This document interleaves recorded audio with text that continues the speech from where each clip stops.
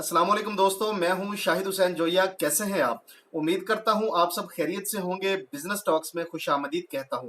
खैबर पख्तूनख्वा के जिला करक में एक दोस्त हैं, भाई अब्दुल खालिक। उन्होंने कारखाना लगाया है जिप्सम को प्लास्टर ऑफ पेरिस में कन्वर्ट करने का। आइए उनकी फैक्ट्री को विजिट करते हैं और ये जानने की कोशिश करते हैं कि कितनी जगह पे ये कारखाना लग सकता है, इसकी इन्वेस्टमेंट कितनी है, प्रोसेस क्या है और एट द एंड इसमें प्रॉफिट कितना हो सकता है।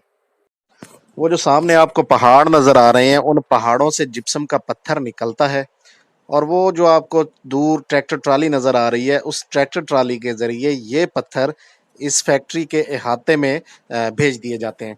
यहाँ पे मजदूर हथौड़े के जरिए इन पत्थरों को छोटे साइज में बना देता है। मैं आपको दिखाता हूँ, ये देखें, ये एक पत्थर है छोटे साइज का। ये छोटे साइज का पत्थर इस हैमर क्रशर के अंदर डाला जाता है, जिसका आरपीएम राउंड पर मिनट जो है 1400 चक्कर होते हैं, यानी इसके। तो इसमें डालते हैं तो ये इसको पाउडर बना देता है। ये सामने आपको एक बेल्ट नजर आ रही है, कन्वेयर बेल्ट। ये इस हैमर क्रशर के नीचे से आ रही है। तो इसमें जो पाउडर बनता है वो इस कन्वेयर के जरिए आगे प्रोडक्शन हॉल में शिफ्ट कर दिया जाता है। ये देखिए, कन्वेयर के नीचे आपको पाउडर नजर आ रहा है। ये सामने मजदूर जो हैं इस कन्वेयर के नीचे से पाउडर को हटा रहे हैं। बेलचों और कसियों के जरिए इस कन्वेयर के नीचे से पाउडर को हटा दिया जाता है। मैं आपको थोड़ा सा पाउडर भी जो है वो चेक करवाने की कोशिश करता हूँ। थोड़ा सा नीचे है, झुकना पड़ेगा मुझे। ये देखें, ये पाउडर सामने मजदूर हटा रहे हैं, किलन के अंदर डाल रहे हैं। ये किलन के अंदर जो है ना, वो टेम्परेचर अप्रॉक्सीमेटली 100 डिग्री होता है। नीचे लकड़ी से आग जलाई जाती है इसके अंदर, ताकि इसका टेम्परेचर बढ़ाया जा सके। ये 5 से 6 मिलीमीटर मोटी चादर के साथ होती है। 15 हार्स पावर इसके साथ मोटर लगी है। ये पाउडर देखें ज़रा, ये देखें, इस पत्थर को ऐसा पाउडर बना दिया जाता है हैमर क्रशर के जरिए, और उसके बाद इसको आगे प्रोसेस किया जाता है। ये इस किलन के अंदर डाल दिया जाता है, जिसमें टेम्परेचर देता है, और इसको घुमाया जाता है। घुमाने से और टेम्परेचर देने से ये जिप्सम का जो पाउडर है, ये प्लास्टर ऑफ पेरिस में कन्वर्ट हो जाता है। तो ये है एक सिंपल सा प्रोसेस। ये हम उसी फैक्ट्री की यानी अंदर वाली साइड पे आ गए हैं। ये जो आपको सामने मजदूर नज़र आ रहा है, ये वही है जो बाहर से हम खड़े होके देख रहे थे। ये जो मैंने आपको बताया था किलन है, ये इसके नीचे देखें, ये कोयले से आग जलाई गई है ताकि इसके अंदर टेम्परेचर को बढ़ाया जा सके। ये उसी किलन की बैक साइड है। इधर से प्लास्टर ऑफ पेरिस निकलता है, उधर से हम जिप्सम डालते हैं। इधर से गर्म होके, हीट होके, गैसेस का इखराज होके यहाँ पे प्लास्टर ऑफ पेरिस आपके सामने ये देखें तैयार हालत में पड़ा हुआ है। ये गर्म है इस वक्त, इसका टेम्परेचर काफ़ी होता है, इसको हाथ नहीं लगाया जा सकता। तो इसको आगे कन्वर्ट करने के लिए ये सामने एक जो है ना ब्लोअर सेक्शन लगा हुआ है। ये देखिए, मोटर और बेल्ट के जरिए ये एक वर्म है, वर्म कन्वेयर इसको कहते हैं। इसके जरिए इसको घुमा के पाउडर को आगे यहाँ पे लेके आया जाता है। ये आपको एक कपड़ा नजर आ रहा है सामने, ठीक है। ये सक्शन ब्लोअर है, यानी हवा जो है इसको खींचती है ऊपर की तरफ प्लास्टर ऑफ पेरिस को। ये देखिए, ऊपर कपड़ा बंधा हुआ है, वहां से सक्शन ब्लोअर ने लिया, वर्म के जरिए आया और इस कपड़े के अंदर, इस कपड़े के आगे ये देखें एक और लगी हुई है, वर्म लगा हुआ, ठीक है। ये वर्म जो है पाउडर को यहाँ लेके आता है और यहाँ पे बैग भर जाते हैं। ये सामने खाली गट्टू पड़े हुए हैं, इनके अंदर प्लास्टर ऑफ पेरिस 50 किलो भर दिया जाता है, ठीक है। ये सामने एक कंडा पड़ा हुआ, लोकल मेड कंडा, पाकिस्तानी मेड। इसके ऊपर वजन किया जाता है। 50 किलो पूरा तोलने के बाद इसको सिलाई कर दिया जाता है। ये मैं आपको दिखाता हूँ सिलाई मशीन। ये सिलाई मशीन है, इस सिलाई मशीन के जरिए इसको जो है ना सिलाई कर दिया जाता है बैग को। ये सामने अब इसको जोड़ दिया गया, स्टैक स्टैक कर दिया गया।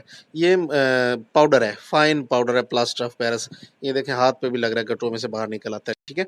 तो होता ये है कि मजदूर इसको 5-5 की, 10-10 की या 15-15 की धाक लगा देते हैं। इसको धाक बोलते हैं। स्टैकिंग करना यानी जोड़ना। धाक का मतलब है जोड़ना, और गिनती में आसानी होना, ताकि सबको पता हो कि ये इतने की धाक है, 10 की है तो सारी 10 की है, तो फिर काउंटिंग में बहुत आसानी हो जाती है, परेशानी नहीं रहती इसके अंदर। वो सामने आपको एक दरवाज़ा नज़र आ रहा है, उस दरवाजे की बैक साइड पे गाड़ी लगती है, बैक होके इस दरवाजे के साथ। यहाँ से मजदूर बैग उठा के उस दरवाजे के जरिए बाहर निकल के गाड़ी पे लोड कर देते हैं, का वो डाला है, ट्रक है या ट्राला है। तो बहुत ईजी है, यानी एक साइड से इनपुट है, दूसरी साइड से आउटपुट है। उधर से पत्थर तोड़ के जिप्सम बनाया जाता है, जिप्सम को किलन में डाला जाता है और उसके बाद पैकिंग करके यहाँ पे लगा दिया जाता है। ये मजदूर हैं, इनसे पूछा, गर्मी तो काफ़ी होती है यहाँ पे, लेकिन देखें मेहनती लोग हैं, काम करते हैं। तो ये एक हॉल के ऊपर आप नज़र डाल लें, इतना सा हॉल चाहिए इस कारोबार के लिए।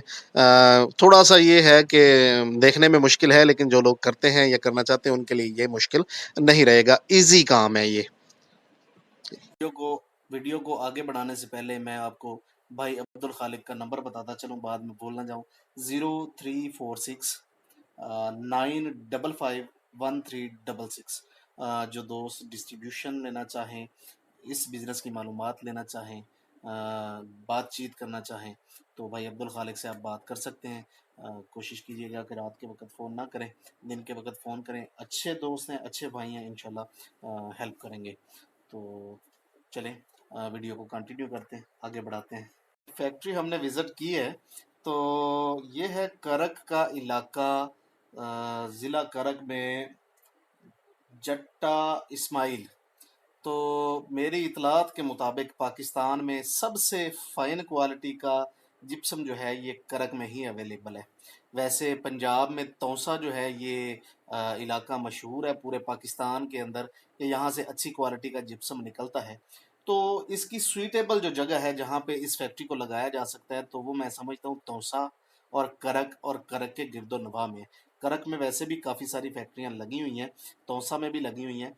तो इसके लिए जो जगह रिक्वायर्ड है ये कम से कम 1 कनाल और 2 कनाल अगर जगह मिल जाए तो अच्छी बात है। ये जो इलाके हैं यहाँ पे जगह के किराए बड़े कम हैं। 15 से 20 हज़ार रुपए में आपको महाना पे ये ऐसी जगह मिल सकती है। अगर ट्रांसफार्मर लगा हो तो इससे अच्छी तो कोई बात हो नहीं सकती, लेकिन अगर ट्रांसफार्मर नहीं लगा हो तो फिर आपको ट्रांसफार्मर लगवाना पड़ेगा, जो कि आपके लिए इजाफी खर्चा होगा। 6-7 लाख रुपया, मे बी 4-5 लाख रुपया, 5-1 लाख रुपया तो लाजमी आपके ना ये लग जाएगा ट्रांसफार्मर पे। मशीनरी की बात करें तो हैमर क्रशर है, उसके आगे कन्वेयर है, ये सेट 5-1 लाख रुपए में लग जाता है। किलन एक लगाएंगे तो 5 लाख रुपए की लगेगी। इस फैक्ट्री में हमने 2 विजिट किए हैं, 2 लगवाएंगे तो ये 10 लाख रुपए के हैं। 5 mm चादर मोटी है इसकी, यानी अच्छी खासी थिकनेस है। इसके नीचे टेम्परेचर चलता है, इसकी फिटिंग वगैरह जो है वो भी 50-1 हज़ार रुपया ले जाती है।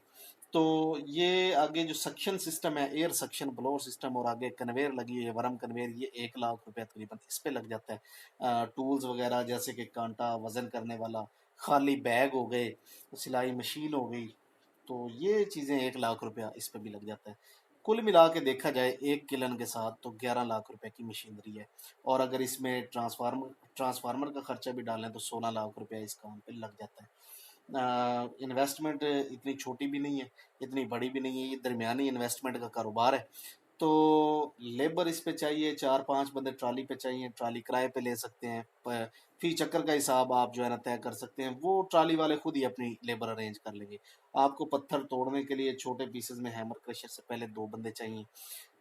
उसके बाद 2 बंदे आपको पाउडर हटाने के लिए चाहिए, 4 बंदे पैकिंग और लोडिंग ऑफलोडिंग के लिए चाहिए। 8 बंदों की लेबर से आपका काम चल सकता है। स्टार्ट में आप डेली वेजेस पे रख सकते हैं, पर बैग के हिसाब से आप उनको दे सकते हैं पैसे।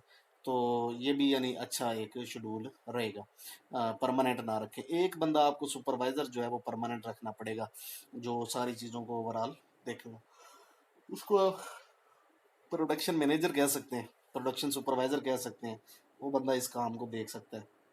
एक आपको चौकीदार चाहिए जो आपकी मशीनरी, रॉ मटेरियल और फिनिश मटेरियल की हिफाजत करेगा। वैसे मैंने देखा है कि ऐसी चीज़ें चोरी कम ही होती हैं, लेकिन छोटी मोटी जो टूल्स और मशीनरी वगैरह हैं इन पे ज़रा नज़र रखने के लिए एक बंदा आपका होना चाहिए। कुल मिला के 10 बंदों का स्टाफ है, जिसमें कुछ डेली वेजेस है, सुपरवाइज़र और चौकीदार जो हैं ये परमानेंट होंगे।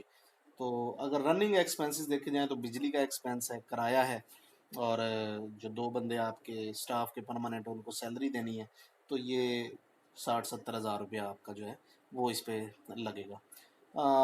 इस कारोबार को वैसे डिस्ट्रीब्यूट किया जाता है, यानी डिस्ट्रीब्यूशन सिस्टम के तहत दिया जाता है, मुख्तलिफ ज़िलों में डिस्ट्रीब्यूशन दे दी जाती है। एडवांस में 1 लाख, 2 लाख, 3 लाख, 4 लाख रुपया ले लिया जाता है, उसके बाद प्रोडक्शन स्टार्ट करके उनको मटेरियल भेज दिया जाता है। ज़्यादा पैसा डिस्ट्रीब्यूटर कमाता है, 60-70 रुपये बैग पे कमा लेता है, मैन्युफैक्चरर 30-40 रुपये कमाता है। काम अच्छा चल निकले, जो कि 6 महीने साल में चल निकलता है, तो अच्छे खासे पैसे 2.5-3 लाख रुपया, 4 लाख रुपया महीना तक इस बिज़नेस में कमाए जा सकते हैं। ये कोई यानी बड़ी बात नहीं है। तो इसमें ख़्याल रखने की चीज़ ये है कि आपको जिप्सम अच्छा मिले, सप्लाई टाइम पे मिलती रहे, तो मशीनरी आपकी ख़राब ना हो, मेंटेनेंस वगैरह आप टाइम पे करते रहें, लड़कों को सैलरी या जो उनके वेजेस हैं वो टाइम पे देते रहें, तो अच्छा चलती है लेबर भी। ज़्यादा प्रॉब्लम मैं समझता हूँ कि लेबर का ही आ सकता है, इसके अलावा इस कारोबार में लेबर का कोई इस कारोबार में इसके अलावा यानी कोई परेशानी मैं समझता नहीं हूँ।